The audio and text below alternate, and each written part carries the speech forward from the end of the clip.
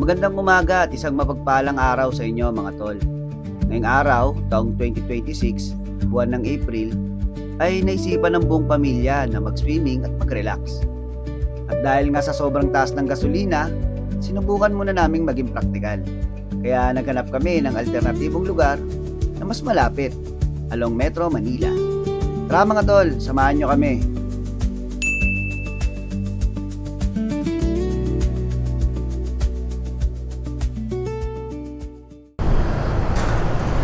Kaya mga tol, from Las Piñas, biyahe lang tayo ng konti. Dito lang tayo sa sukat. Staycation lang ng isang overnight lang mga tol. Sobrang bilis lang para lang maibsan yung init. Yun. So makapag-relax, makapag-unwind ng bagya dahil sa sobrang init. Time check mga tol, mag-aalauna ng hapon kami umalis sa Las Piñas. So yun, siguro mga ilang lang to, ilang minuto lang ang babiyahin natin dito mga tol. Sobrang init. So mga tol, saktong alauna, nandito na tayo sa Lianas, Ebacom. Sana hindi pa ganun karami yung tao ngayon mga tol, pero mukhang malabo kasi holiday na and summer, tapos Holy Week. So automatic talaga, peak season talaga yung ganitong panahon para magliguan o mag-outing. So tignan pa rin natin.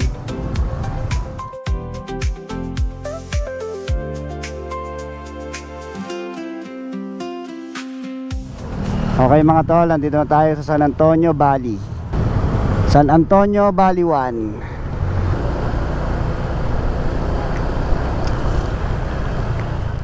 Ngayon mga tol, pag-usapan natin yung gasolina.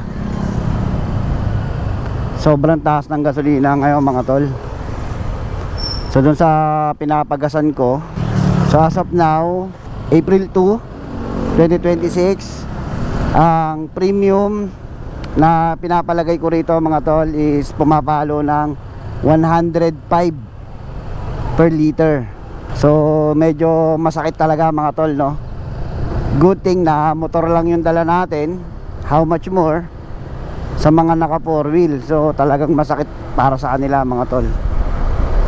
Then maalala ko lang, yun nga, bago nag-spike talaga yung gasolina, is nakapagpa full PMS tayo mga tol. Before tayo nagpa full PMS, ang gas consumption natin is 38.6 per liter. Pero after natin mga tol magpa full PMS, ayan mga tol, tignan nyo, pumalo siya ng 40.3 per liter. So ibig sabihin mga tol, malaking bagay talaga na na-maintain natin mga tol yung ating mga motor.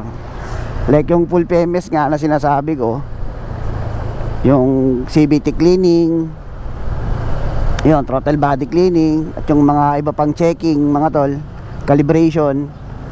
So malaking bagay yung mga tol.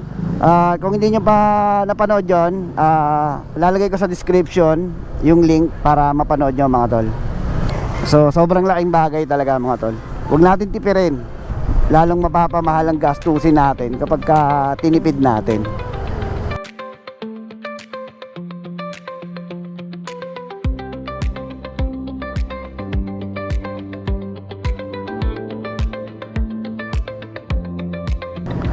So yung mga tol, Landcruise Residences. So ito mga tol yung kanilang hallway dito. Mga tol, sobrang linis. Hindi na kailangan lumayo para makapag-staycation or makapagbakasyon. So nasa 6th floor tayo mga tol. Yan yung mga katabing condotel natin mga tol. Dito lang yan mga tol sa Landcruise, sa Sukat Parañaque. So yun, magandang tanghali mga tol at isang mapagpalang araw sa inyong lahat. At nandito kami ngayon mga tol sa Land Cruise. So dito lang yan sa Sukat, Parañaque mga tol. So nag-staycation kami dito ng buong pamilya. Nag-avail kami ng 2 room. Pamalo rin siya ng 11,000 I think. So tingnan natin mga tol yung mga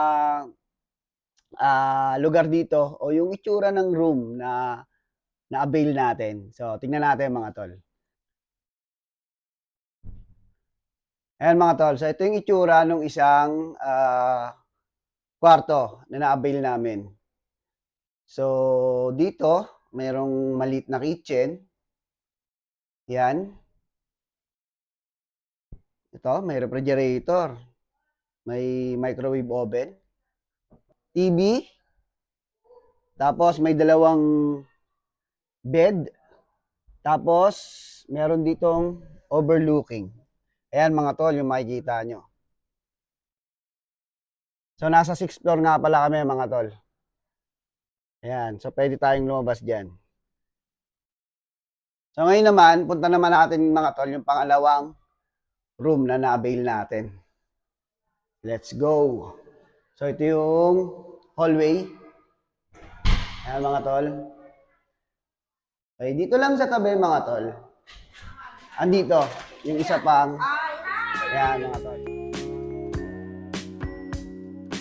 Dito naman sa pangalawang unit na na-occupy namin, ay halos kaparehas lang nung nauna. Yun nga lang, ay di hamak na mas malaki ito at mas kasya ang buong pamilya. Kaya naisipan namin na dito na lang muna magsama-sama at magbanding. At ginugol namin ang buong maghapon sa kantahan, kainan at kwentuhan hanggang sa paglubog ng araw at sa muling pagsikat nito para sa panibagong umaga.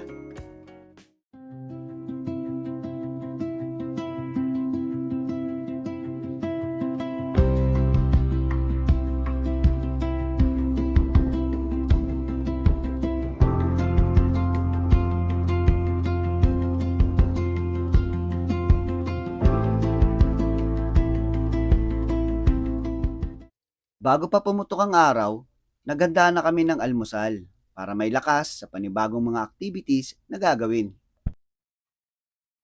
Tabang nagluluto kami ng almusal, naghihintay na si Congressman.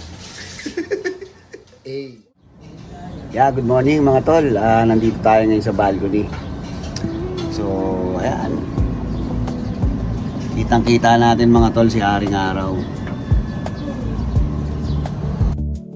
So masarap din talaga na paminsan-minsan mag-relax sa mga ganito klaseng lugar na along Metro Manila lang, pero makakapag-relax ka. Yan. So dahil nga hindi naman tayo sa probinsya, so typical na makikita is yung mga bubong ng kabayan, mga building. Pero ganun pa man, nakaka-relax pa rin yung tanawin kasi maririnig mo yung mga yan. Tulad niya mga tol, maririnig mo yung mga ibon. Tapos sasalubong sa'yo yung sikat ng araw. So nakaka-relax pa rin siya mga tol kahit na dito lang sa Metro Manila. Yo. So yun mga tol, ready na yung almusal. Kain muna tayo bago tayo pumunta doon sa swimming pool. Let's go!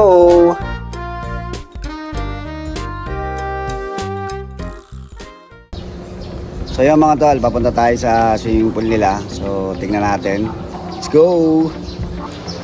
So ayan mga tol, nandito tayo ngayon sa clubhouse. Kung nasan yung swimming pool nila mga tol.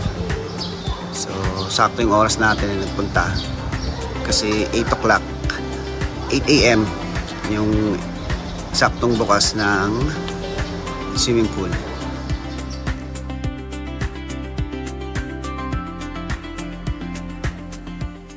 Ito mga tol, papunta tayo sa swimming pool nila. So 8 a.m. na pero hindi pa ready yung ano nila kasi nililinis pa. So habang walang tao, tingnan muna natin mga tol.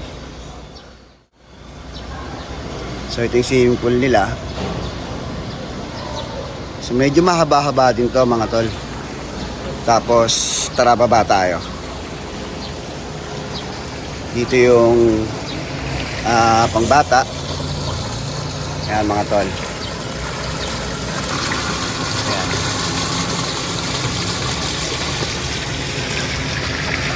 So para sa akin mga tol, ito yung perfect time na maligo kasi hindi pa tumatama yung sinag ng araw dito. So masarap pang maligo. Yan, may mga naka-ready ng table dito. Sir, tanong lang kita. Pwede ba kaming magdala ng ano rito? Ng pagkain or drinks? Pwede naman po, kaso lang doon lang na side, dito sa baba, hindi pwede. Hanggang doon lang. Yes po. Ayun. Ayan, as per Sir Ramil, pwedeng magdala, pero hanggang doon lang daw mga tol. Hanggang doon lang. Hindi dito sa mismong pool. So, maganda rin yung mga tol kasi para at least mapangalagaan yung kalinisan yung mismong pool.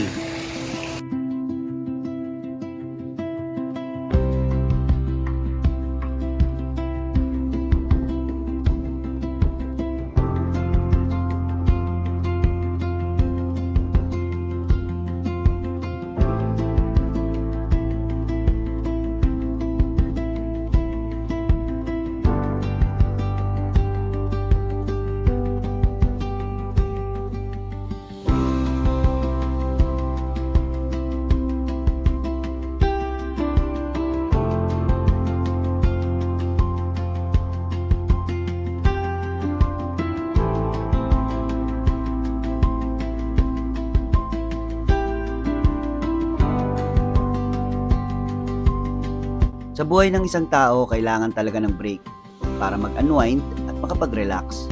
Lalo sa panahon ngayon, kabi-kabila ang dahilan ng stress. Hindi basihan ng lugar o lokasyon. Ang mahalaga ay maging masaya kasama ang pamilya. So yun mga tol, hanggang dito na lang ang ating video at salamat sa pagsama sa amin sa aming mixing staycation dito sa Sukat Parañaque. At sana nag-enjoy kayo sa mga nakita nyo at samahan nyo uli kami sa mga susunod pa nating ride and adventure. Salamat mga tol, ingat tayo palagi, more power sa ating lahat, and God bless.